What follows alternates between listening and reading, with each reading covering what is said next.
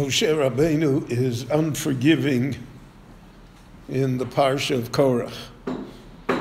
It's almost out of character for Moshe. When the Jewish people created the Egel, he defends them, prays for them. He says, "V'mayin mechenino mesifrecha." If you're not willing to forgive the Jewish people, forget about me. And in all the other encounters in the desert, Moshe Rabbeinu is the great champion and defender, even of those who harmed him, even of those who have sinned. And here, in the Parsha of Korach, we see a different Moshe Rabbeinu. And the Pasuk, it said that Moshe said to God, so to speak, "In bria yivra," if you have created the mouth of the earth to swallow them up, good. And if not, yivra, create it now. They have to be destroyed. They have to be brought down into the pit. So why is Moshe so adamant here? And we cannot attribute it to the fact that Moshe is personally attacked here, because that has happened to him before. And also because the Torah testifies, V'ish Moshe onav mod. Moshe is the most humble and unassuming person. He's never looking for his honor. So why here, when the Lord appoints him to come to redeem the Jewish people, he makes the case to let Aaron come. And here he says, "In bria yivra," right? If you haven't created it yet, create this tragic miracle that the earth will swallow them up. And the Meforshim dwell on this. So you have to realize that in Moshe's lifetime, he had two missions. One mission was to extract the Jewish people from Egypt. And that also means to extract Egypt out of the Jewish people.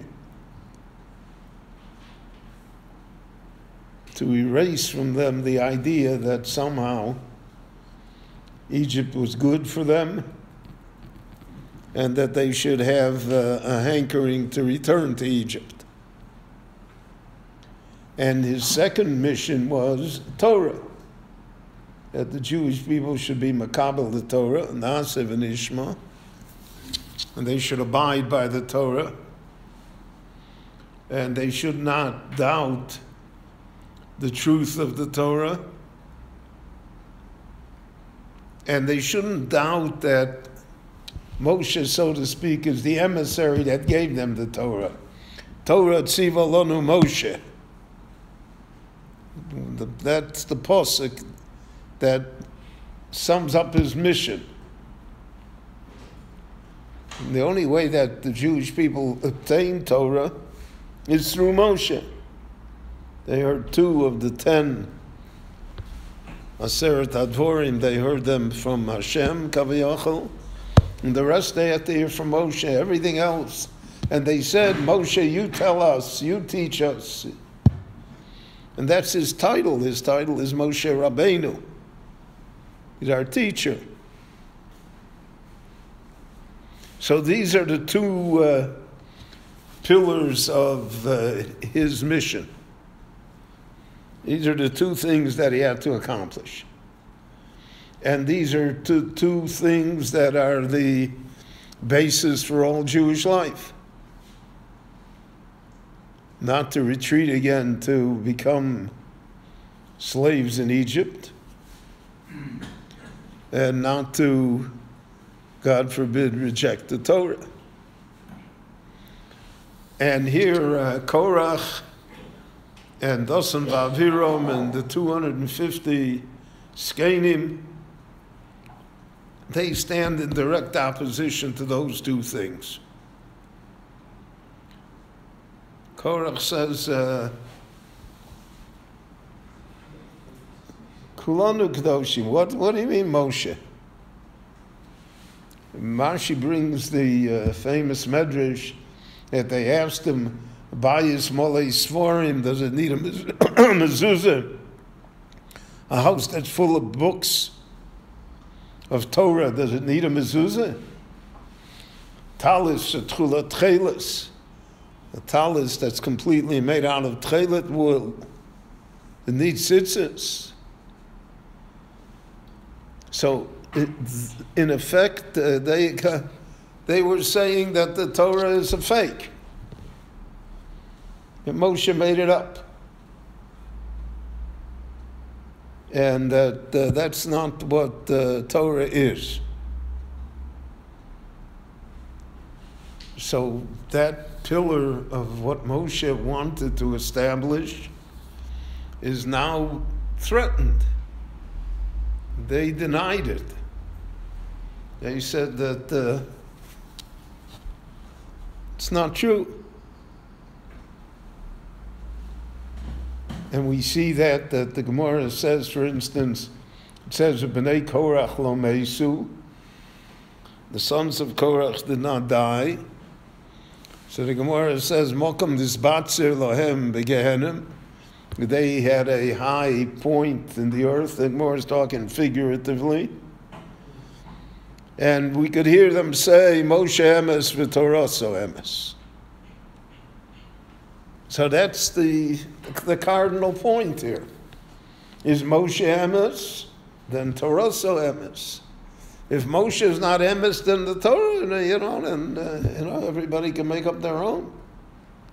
Why should we believe Moshe?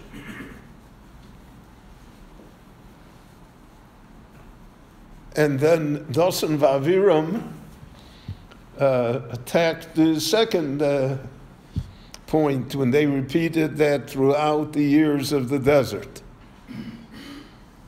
They said, Hama'at mikem, it's not enough for you that you took us out of Egypt, then we're going to die here in this desert.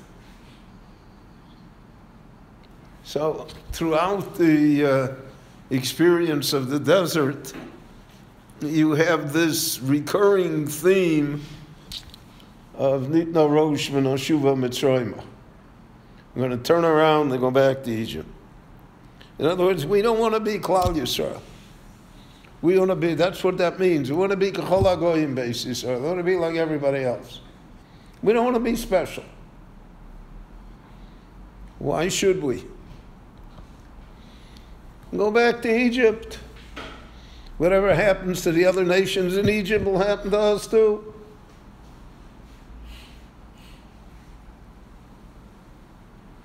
And because these two are the basic principles of Klal Yisrael, Kabbalah SaTorah, that the Torah is emes, and that the Jewish people are special. Yet Am Yisrael, Klal Yisrael is different. It's not K'chol HaGoyim.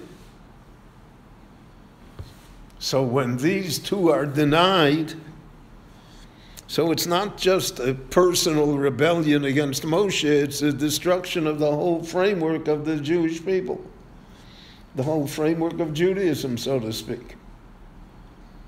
The Jewish people are not special, Eretz Yisrael is not special. We can go back to Egypt, we're no better than they are. Which is something that recurs throughout Jewish history. You can hear it today. Right? We're no better than the Palestinians. No better than anybody else. Why are we special? And we see that there are forces in the Jewish world that say that Moshe is not true and his Torah is not true. We can adjust it, we can fix it, we can forget about it, we can change it. We're not bound by it. Nobody's bound by it. The definition of the secular Jew is that he's not bound by anything. Not that he's not observant, because the religious Jew is not observant. But he's not bound by anything, not committed to anything. And the Torah and the Tanakh recorded it in its own fashion. Isha Yosho Be'enov Yaseh. I'm the ultimate judge of what's right or wrong, what's moral, what's immoral. So what 50 years ago was immoral, today is moral. What was once not accepted, in fact was repugnant, today it's the mainstream. We can make it up as we go along.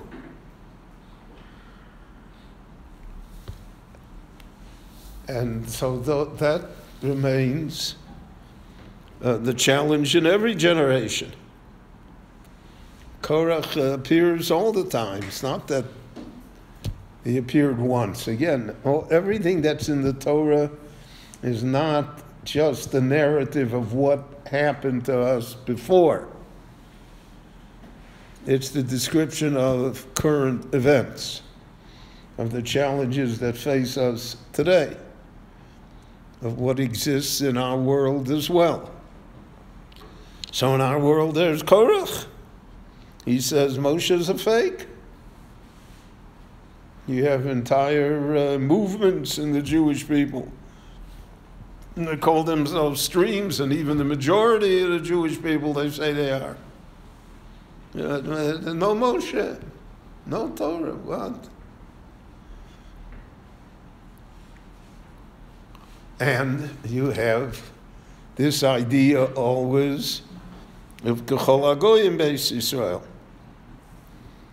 that the Jewish people are not special. If we don't want to be special, it's not nice to say that you're special. You know, all men are created equal. So it's it's so to speak a denial of one of the basic principles of society, that there should be a people that's not equal. So Moshe sees that danger. So the Egel Azov, Zaveda Zorah, yeah, it's Taiva, it's women, it's whatever, fine, okay. Those are, so to speak, the regular problems. Those problems can exist even if you're an observant Jew. But this is a different problem. This strikes at the core of the entire existence of the Jewish people. It undermines everything. That Moshe cannot abide. He's not willing to pass that by. And therefore, that's why he is so adamant there. In Bria Yivra, create. They have to see that they are destroyed. They have to see that they're wrong. Because if somehow they survive, and they continue, so then the problem will continue. And the truth is, the problem does continue. All of these ideas, complaints, challenges are repeated in every generation. So that really is the core lesson here in the story of Korach, and Moshe's strong reaction to it, and why the Torah put so much emphasis on it, that it becomes the focal point of the parsha. Rabbi Chananya ben Akash Omer Rotza HaKadosh Baruch Hu L'Zakos Yisrael V'ficha Hirba Lahem Torah Mitzvot Shenemar Adonai Chafetz Zman Tzidko Yagdil Torah V'Yadir. Amen.